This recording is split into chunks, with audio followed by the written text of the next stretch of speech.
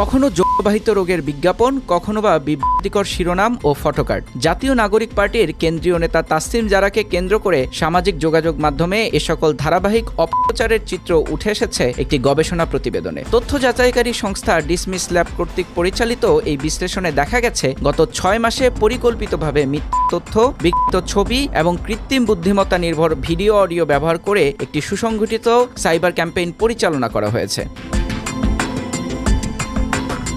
Dismiss lab মোট 62টি বিভ্রান্তিকর post শনাক্ত করেছে, যার অধিকাংশই ছিল এআই প্রযুক্তি নির্ভর। এর মধ্যে 2/3 বেশি পোস্ট আওয়ামী লীগের কর্মী সমর্থকদের ফেসবুক প্রোফাইল ও পেজ থেকে করা হয়েছে। এসব পোস্টে কখনো তাকে যৌনবাহিত রোগের বিজ্ঞাপন বা আপত্তিকর পণ্যের সঙ্গে যুক্ত করে প্রচার করা হয়েছে, আবার কখনো বিভ্রান্তিকর শিরোনাম ও ফটোকার্ড ব্যবহার করে ব্যক্তিগত মানহানি ঘটানো হয়েছে।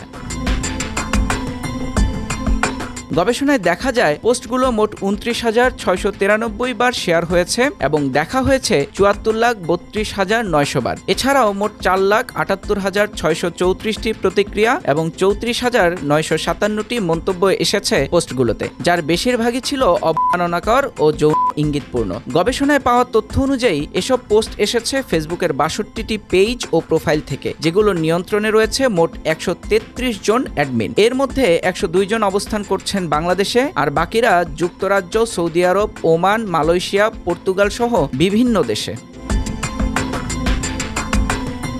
ডিসমিস ল্যাবের অনুসন্ধানে আরও দেখা যায় পোস্টকারীদের মধ্যে তাসনিম জারার বিকৃত ছবি সবচেয়ে বেশি শেয়ার করেছেন মোহাম্মদ সাইফুল ইসলাম নামের এক ব্যক্তি। চলতি বছরের 2 মে থেকে 7 আগস্ট পর্যন্ত তিনি অন্তত 20টি ছবি শেয়ার করেন, যার মধ্যে 18টি বিকৃত। ফেসবুক প্রোফাইলের বায়োতে সাইফুল নিজেকে বর্ণনা করেছেন জয় বাংলার সৈনিক হিসাবে, আর কভার ফটোতে রেখেছেন বঙ্গবন্ধু শেখ মুজিবুর রহমানের ছবি।